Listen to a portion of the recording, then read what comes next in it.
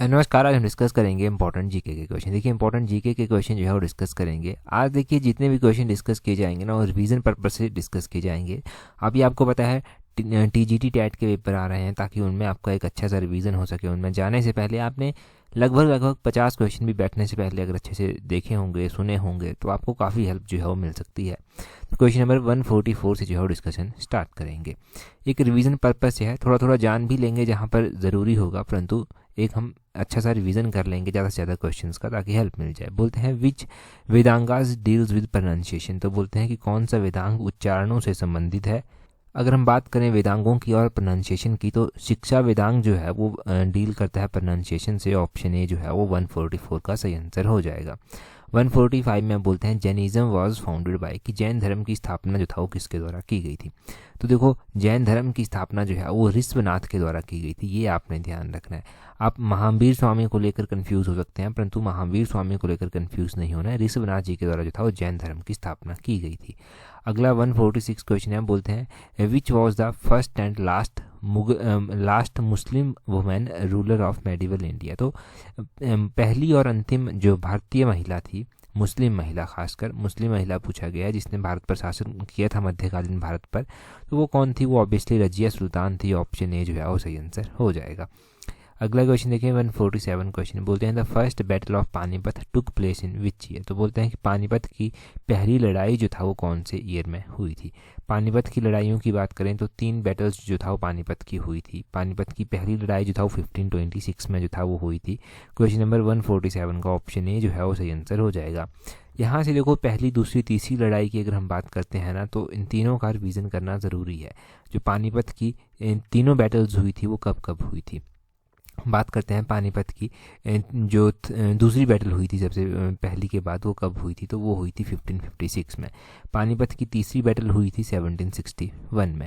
ये तीसरी थी, ये दूसरी थी। ये दोनों आपने ध्यान रखनी है कि पहली कब हुई थी, दूसरी कब हुई थी, तीसरी कब हुई थी।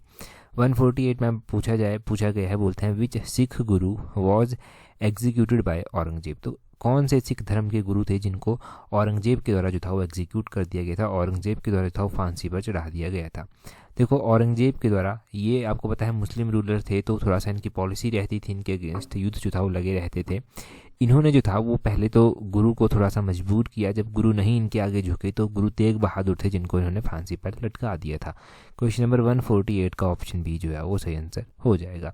अगला 149 क्वेश्चन है, बोलते हैं who was the author of the book Durgesh Nandini. ये दुर्गेश नंदिनी किताब बहुत बार एग्जाम में पूछी गई है, इसके ऑथर बहुत बार पूछे गए हैं। तो बीसी चटर्जी के द्वारा जो है ये दुर्गेश नंदिनी किताब जो है वो लिखी गई है, ये इसके ऑथर हैं। अगला क्वेश्चन देखें 150 नंबर क्वेश्चन, बोलते हैं Pandit Ravishankar was associated with which musical instrument. तो पंडित रविशंकर जो थे वो कौन से म्यूजिकल इंस्ट्रूमेंट से संबंधित थे। पंडित रविशंकर जो था वो सितार इंस्ट्रूमेंट से जो था वो संबंधित थे, इस इंस्ट्रूमेंट से ये जुड़े हुए थे। 151 देखें, यहाँ पर बोलते हैं which eclipse occur when the moon comes between sun and earth. तो वो देखो ग्रहण होते हैं ना, जो हमारे ग्रहण जो होते हैं ना वो कैसे होते हैं, जब जैसे पहले एक ग्रहण होता है जब मून जो है वो सूर्य और पृथ्वी के बीच में आ जाता है, तो उस ग्रहण को क्या कहते हैं? उसको कहते हैं सूर्य ग्रहण। ऑप्शन ए जो है वो सही आंसर हो जाएगा। सूर्य ग्रहण तब होता है जब मून जो है वो सूर्य और अर्थ के बीच में आ जाता है। इसी तरह आपने क्या ध्यान रखना है कि जो लूनर एक्लिप्स होता है, यानी कि जो चंद्र ग्रहण होता है वो कैसे होता है। लूनर एक्लिप्स का बड़ा सिंपल सा ध्यान रखना है कि जब अर्थ जो है वो सूर्य और मून के बीच में आ जाती है, जब सूर्य और मून के बीच में आ जाती है तब लूनर एक्लिप्स जो है वो होता है, ये ध्यान रखें। आगे बोलते हैं what is the sedimentary rock. इनमें से देखो 3 तरह की रॉक हमारे पास होगी, इग्नियस रॉक्स होती हैं, सेडिमेंट्री रॉक्स होती हैं और एक हमारे पास मेटामॉर्फस रॉक्स होती हैं। तो इन तीनों में से आपने ध्यान रखना है कि सेडिमेंट्री रॉक जब आपसे पूछा गया है यहाँ पर, तो सेडिमेंट्री रॉक जो है वो इनमें से कौन सी है। अगर हम ऑप्शंस के हिसाब से देखें तो ऑप्शन ए लाइमस्टोन जो है ये सेडिमेंट्री रॉक है, लाइमस्टोन सेडिमेंट्री रॉक है। उसी तरह हम बात करते हैं मार्बल की, मार्बल मेटामॉर्फिक रॉक में जो है वो आता है। स्लेट की बात करते हैं तो स्लेट भी मेटामॉर्फिक रॉक में आता है। इग्नियस रॉक के एग्जांपल करते हैं डिस्कस। तो इग्नियस रॉक में जो है वो ग्रेनाइट आ जाता है, गैब्रो आ जाता है, बेसाल्ट आ जाता है। ये मुख्य रूप से जो है एग्जाम में पूछे गए हैं आज तक। और यहाँ पर नाइस दिया गया है, नाइस जो है वो कौन सी रॉक का जो है वो एग्जाम्पल है, ये भी आपने ध्यान रखना है। तो नाइस देखो कौन सी रॉक का एग्जाम्पल है, आपको पता होना चाहिए कि ये भी मेटामॉर्फिक रॉक का जो है वो एग्जाम्पल आता है एक, ये भी मेटामॉर्फिक रॉक ही जो है वो है। आगे बोलते हैं क्वेश्चन नंबर 153 में, which is warm oceanic current. तो HPSSC ने बहुत बार ओशियन करंट के बारे में क्वेश्चन पूछा है। अब इनमें से वार्म ओशियन करंट जो है वो कौन सा है, तो इनमें से नॉर्थ अटलांटिक ड्रिफ्ट जो है ये वार्म ओशियन करंट है। नॉर्दर्न मोस्ट पॉइंट पूछा गया है इंडिया का, कि नॉर्दर्न मोस्ट पॉइंट जो है वो इंडिया का कौन सा है। नॉर्दर्न मोस्ट पॉइंट की अगर हम बात करते हैं इंडिया की, तो वो है इंदिरा कोल। इंदिरा कोल जो है ये नॉर्दर्न मोस्ट पॉइंट है, ये आपने ध्यान रखना है। अगर देखो आपसे नॉर्दर्न मोस्ट पॉइंट पूछा गया तो साउदर्न मोस्ट पॉइंट भी आपसे पूछा जा सकता है कि साउदर्न मोस्ट पॉइंट जो है वो इंडिया का कौन सा है। तो साउदर्न मोस्ट पॉइंट जो है वो इंदिरा पॉइंट है। इंदिरा पॉइंट जो है वो कहाँ पर स्थित है, इंदिरा पॉइंट जो है वो अंडमान निकोबार आइलैंड में स्थित है, और ये साउदर्न मोस्ट पॉइंट जो है वो इंडिया का है। तो साउदर्न मोस्ट, नॉर्दर्न मोस्ट, ये दोनों ही क्वेश्चन एग्जाम में बनेंगे, इंपॉर्टेंट है।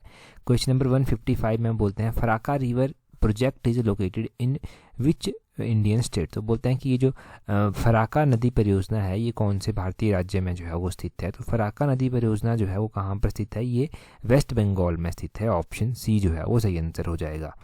अगला क्वेश्चन देखें 156 क्वेश्चन, बोलते हैं Kolar and Hutti mines are famous for which mineral. तो बोलते हैं कि कोलार हो गया, हत्ती हो गया, ये माइंस हैं, परंतु ये किसके लिए फेमस है, तो ये गोल्ड के लिए जो है वो फेमस है। कोलार माइंस तो देखो HS में भी पूछा जा चुका है कि कोलार माइन जो है वो किसके लिए जो है वो फेमस है।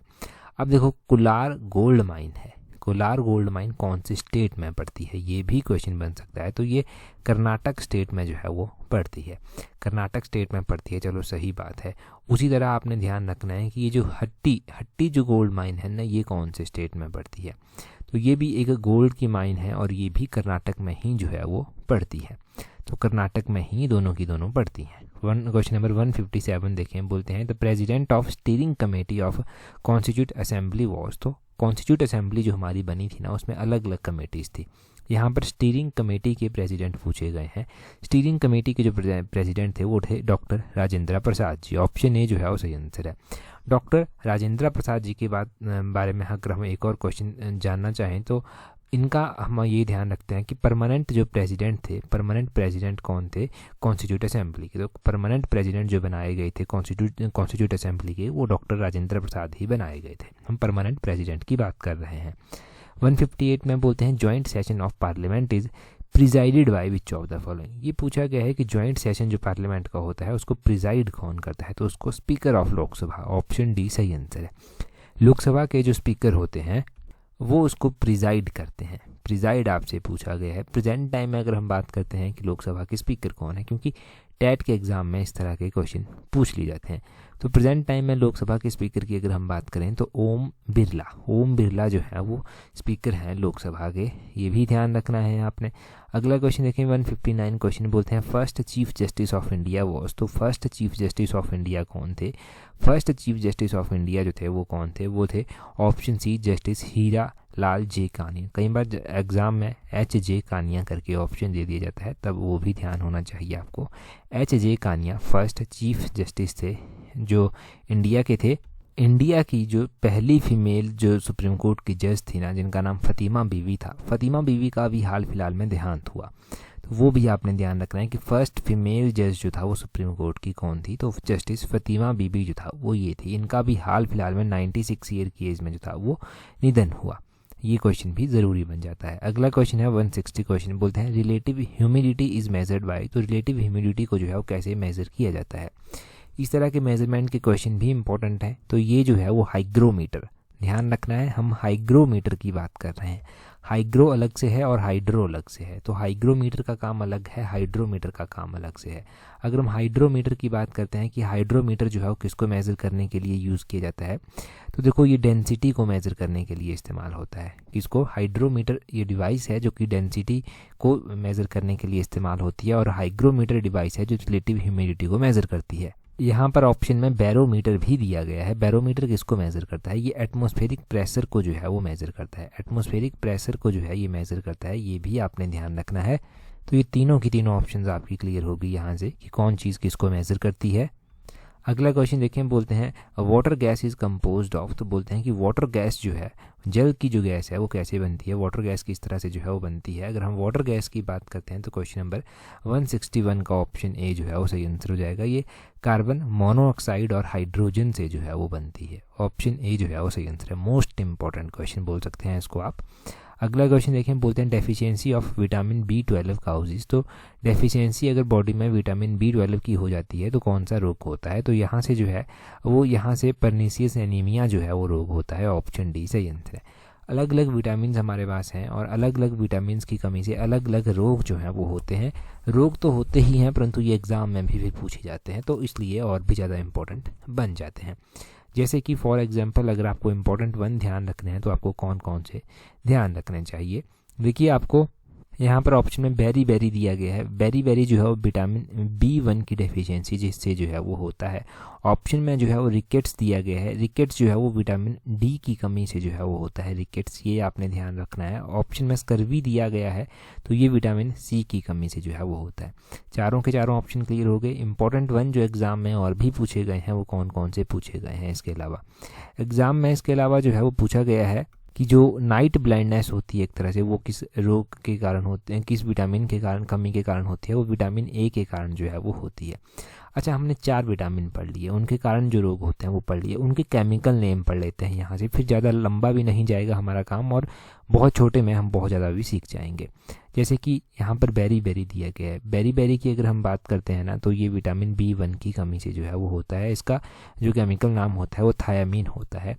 उसी तरह विटामिन BC का केमिकल नाम एस्कॉर्बिक एसिड होता है। विटामिन D की बात करें तो इसका केमिकल नाम जो है वो कोलेसिडिफ्लूर होता है। और विटामिन B12 की अगर हम बात करें तो इसका केमिकल नाम जो है वो साइनोकोबाल्मिन होता है। ये सारे आपने ध्यान रखने हैं। अगला क्वेश्चन देखें, क्वेश्चन नंबर 140 है। यहाँ पर क्या बोलते हैं, यहाँ पर बोलते हैं which is the first governor general of India. तो बोलते हैं कि फर्स्ट गवर्नर जनरल पूछे गए हैं इंडिया के कि कौन थे। तो अगर हम फर्स्ट गवर्नर जनरल की बात करते हैं क्वेश्चन नंबर 140 का, तो 140 का सही आंसर क्या हो जाएगा। Option A Lord William Bentinck जो है वो इसका सही आंसर हो जाएगा। हमसे क्वेश्चन एग्जाम में क्या पूछ जाता है, फर्स्ट वाइसराय ऑफ इंडिया भी पूछ ले जाते हैं। वाइसराय की अगर हम बात करते हैं तो वो लॉर्ड कैनिंग थे। लॉर्ड कैनिंग जो था वो वाइसराय थे, उनका नाम आपने ध्यान रखना है। विलियम बेंटिक का नाम ध्यान रखना है। जो लॉर्ड डलहौजी थे, HPG में हमने कल डॉक्ट्रिन ऑफ लेफ्ट्स जो था वो पढ़ी थी, इन्हीं के कार्यकाल के दौरान जो है वो आई थी। लॉर्ड मेटकाफ यहाँ पर दिए गए हैं। लॉर्ड मेटकाफ को जो है वो लिबरेटर ऑफ प्रेस भी कहा जाता है। क्या कहा जाता है इनको, लिबरेटर ऑफ प्रेस भी कहा जाता है। ये आपने ध्यान रखना है कि लिबरेटर ऑफ प्रेस जो है वो किसको कहा जाता है, लॉर्ड मेटकाफ को कहा जाता है। अगला क्वेश्चन देखें 141 क्वेश्चन। यहाँ पर बोलते हैं in which year Bhagat Singh threw bomb in the central assembly. तो बोलते हैं कि भगत सिंह जी के द्वारा जो था वो सेंट्रल असेंबली पर बॉम्ब जो था वो थ्रू किया गया था, वो कब किया गया था। वो जो था वो 1929 में किया गया था। ऑप्शन ए जो है वो सही आंसर है। 1929 में जो है वो बॉम्ब थ्रू किया गया था। आपने भगत सिंह जी के बारे में ध्यान रखना है कि इनको एग्जीक्यूट कब किया गया था, इनको फांसी पर चढ़ा दिया गया था लास्ट में चलकर। तो जब इनकी एज क्या थी, इनकी एज थी 23 और इनको जो था वो मार्च 1931 में, कब, मार्च 1931 में जो था वो इनको फांसी पर जो था वो लटका दिया गया था। ये भी क्वेश्चन एग्जाम में पूछा गया है। और इनकी एज भी अगर पूछ ली जाए तो 23 ईयर्स के जो था वो उस टाइम ये हुआ करते थे। जब मार्च 23 मार्च 1931 को इनको फांसी पर लटकाया गया था ना, तो ये अकेले नहीं थे, इनके साथ और भी थे। इनके साथ कौन कौन थे जिनको फांसी पर लटकाया गया था, राजगुरु और सुखदेव इनके साथ जो था वो उस टाइम थे जिनको फांसी पर जो था वो लटकाया गया था। क्वेश्चन नंबर 142 देखें, बोलते हैं Yakshagana is a folk dance of which Indian state. तो बोलते हैं कि यक्षगान जो है वो कौन से भारतीय राज्य का जो है वो प्रसिद्ध लोक नृत्य है। तो यक्षगान की अगर हम बात करते हैं तो ये जो है वो ऑप्शन है कर्नाटक का जो है वो फेमस फोक डांस है। क्वेश्चन नंबर 143 में क्या बोलते हैं which planet has the slowest rotation in the solar system. तो बोलते हैं कि स्लोएस्ट रोटेशन जो है वो कौन से ग्रह की होती है। स्लोएस्ट रोटेशन जो है वो वीनस प्लेनेट की होती है। ऑप्शन बी जो है वो सही आंसर है। सही बात है, वीनस प्लेनेट की होती है। वीनस के बारे में हमने क्या पढ़ा है, इसको मॉर्निंग स्टार भी कहते हैं, इवनिंग स्टार भी इसको कहते हैं। इसको अर्थ का ट्विन भी जो है वो कहा जाता है। हमने साथ में ही जो उत्तीर्ण सीरीज़ हमने चलाई है PGT और बाकी एग्जाम की में भी वो हेल्प करती है, उसमें हमने क्वेश्चन क्या पढ़ा था कि यूरेनस प्लेनेट को जो है वो कौन सा ग्रह कहा जाता है। तो इसको जो है वो ग्रीन प्लेनेट भी कहा जाता है।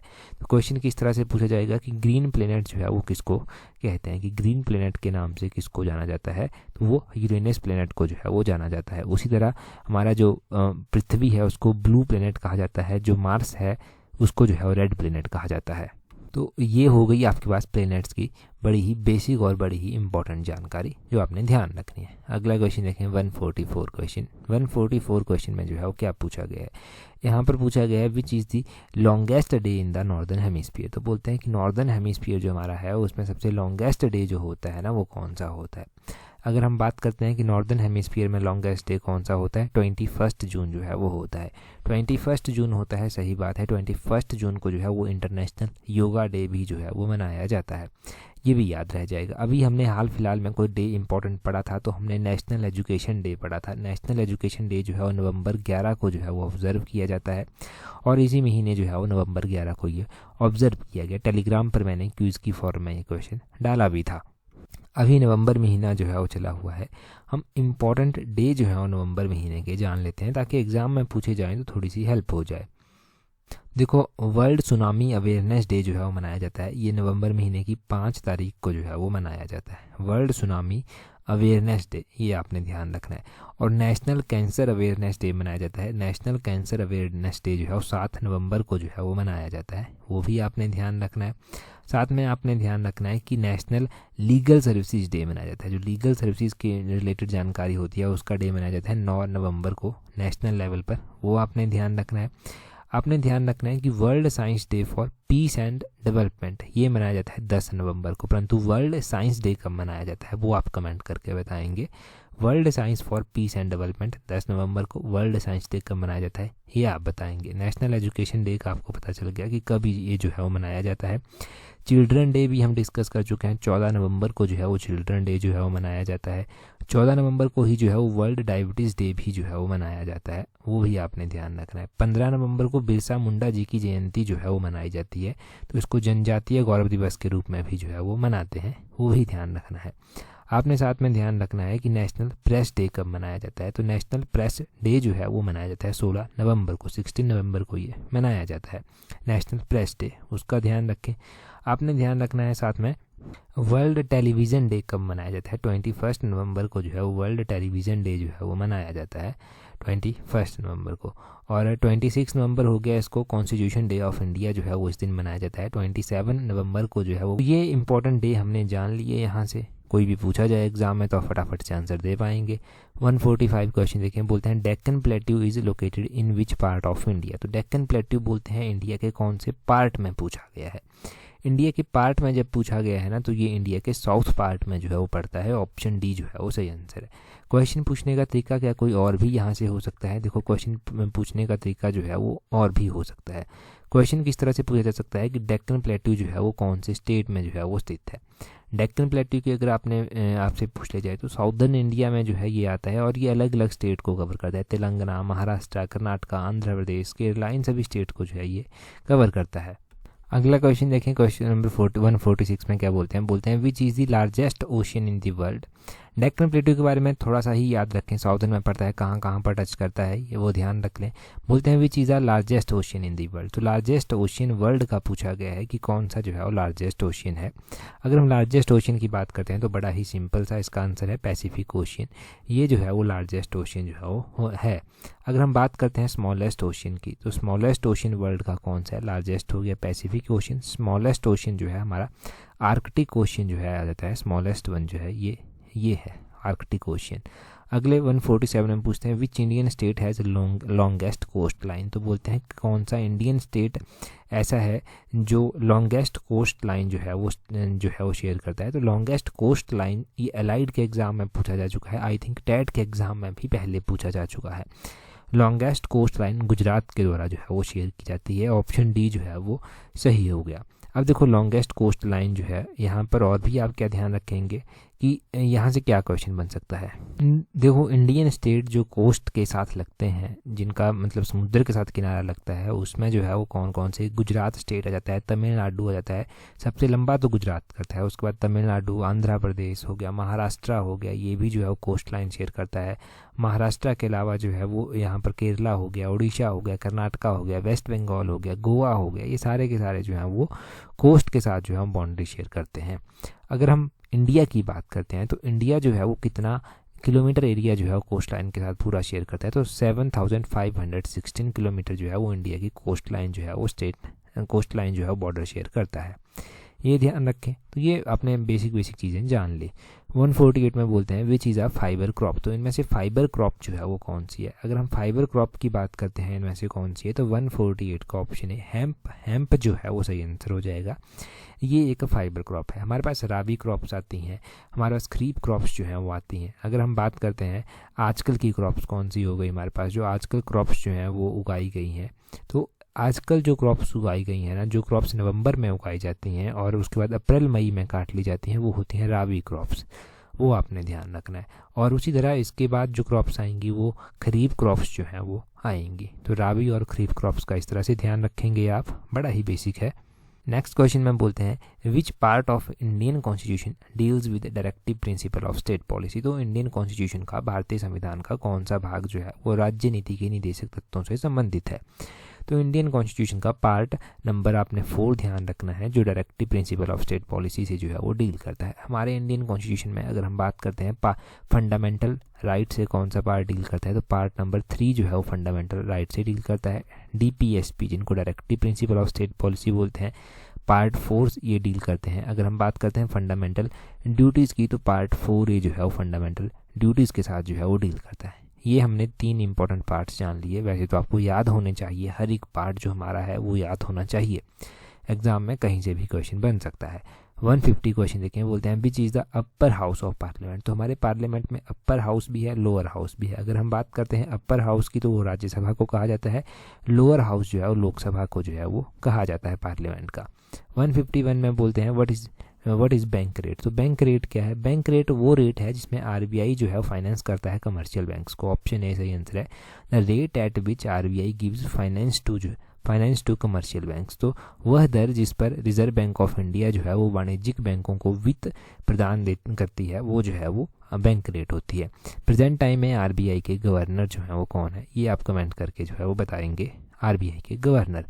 अगले क्वेश्चन में बोलते हैं which lens is used for correcting hypermetropia. तो बोलते हैं कि कौन सा लेंस इस्तेमाल होता है हाइपरमेट्रोपिया को ठीक करने के लिए। मायोपिया, हाइपरमेट्रोपिया, ये आपने ध्यान रखना है। तो हाइपरमेट्रोपिया को करेक्ट अगर करना है तो इसके लिए कौन सा लेंस इस्तेमाल होगा? कन्वेक्स लेंस जो है वो इस्तेमाल इसमें होगा।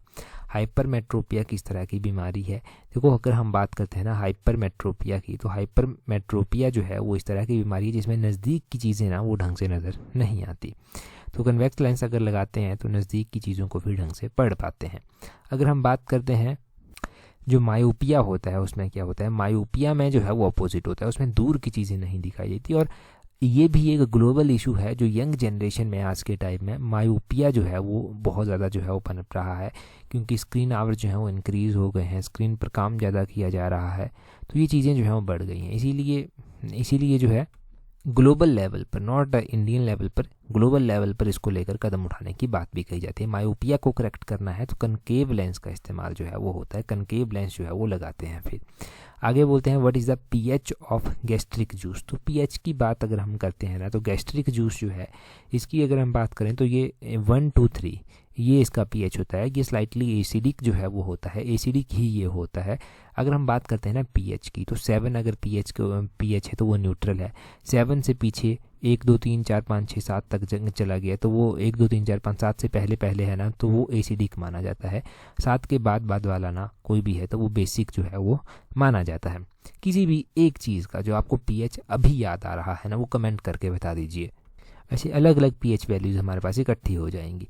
आगे बोलते हैं deficiency of which vitamin causes non clotting of bloods. तो विटामिन के बारे में हमने अभी पढ़ा है, तो विटामिन के बारे में ध्यान रखना है कि विटामिन के जो है ना, ऑप्शन डी सही आंसर हो जाएगा। विटामिन के जो है ना, ये इसकी डेफिशिएंसी जिससे जो है वो नॉन क्लॉटिंग ऑफ ब्लड जो है वो होती है। अगर हम बात करते हैं कि इस विटामिन का केमिकल नाम क्या है, तो फिलोक्विनन जो है उसका केमिकल नाम है, वो आपने ध्यान रखना है। फिलोक्विनन इसका केमिकल नाम हो गया। इसके लिए इसको करेक्ट करने के लिए कहा जाता है कि जो एग का यॉक होता है उसको खाया जाए, चीज़ हो गया, कैरेट हो गया, ये सब, कैबेज हो गया, ये सब चीज़ें जो है वो खाने की सलाह जो है वो दी जाती है। ठीक है, तो आपको पता चल गया नॉन क्लॉटिंग ऑफ ब्लड, ये भी पता चल गया। अब ये क्वेश्चन मैं अभी आपसे पूछता हूँ। उससे पहले देखो, अगर आप पीजीटी पेपर 1 की तैयारी कर रहे हैं, एलाइड सर्विसेज की तैयारी कर रहे हैं, तो इन दोनों की टेस्ट सीरीज़ आप प्रैक्टिस कर सकते हैं। टेस्ट सीरीज़ का लिंक नीचे डिस्क्रिप्शन बॉक्स, कमेंट बॉक्स में जो है वो दिया गया है। वहाँ से आप इजीली जो है वो उनको प्रैक्टिस जो है वो कर सकते हैं। देखो, टेस्ट सीरीज़ में जब भी आप ज्वाइन कर जाएंगे ना, तो उसके बाद टेलीग्राम ग्रुप या फिर टेस्ट सीरीज़ का जो अलग से ग्रुप हमने बनाया हुआ है उसको ज्वाइन करना मत भूलना। टेस्ट सीरीज़ का ग्रुप ज्वाइन करना जो है वो बहुत ही ज़्यादा इंपॉर्टेंट है, उसको ज़रूर ज्वाइन कर लेना। और ये जो लिंक हैं आपको कमेंट बॉक्स में मिल जाएंगे, नीचे डिस्क्रिप्शन बॉक्स में भी मिल जाएंगे, और हमारा जो मेन टेलीग्राम चैनल है वहाँ पर भी मिल जाएंगे। अभी आपसे एक इंडियन हिस्ट्री का क्वेश्चन पूछ लेते हैं। अभिनव भारत सभा की स्थापना किसके द्वारा और कब की गई थी, ये आप कमेंट करके बताएंगे अभिनव भारत सभा के बारे में। ठीक है, और टेलीग्राम पर आप हमें कैसे ज्वाइन करेंगे? टेलीग्राम पर ज्वाइन करने के लिए अपने टेलीग्राम से @allexam31 करके सर्च करना, आपको हमारा टेलीग्राम चैनल जो है वो मिल जाएगा। allexam31 करके सर्च करेंगे, टेलीग्राम चैनल मिल जाएगा। यहाँ पर आपको टेस्ट सीरीज़ के लिंक मिल जाएंगे। अदरवाइज आप हमें डायरेक्टली ईमेल भी जो है टेस्ट सीरीज़ के लिए कर सकते हैं। That's all for today. Thank you very much for watching and listening it very patiently.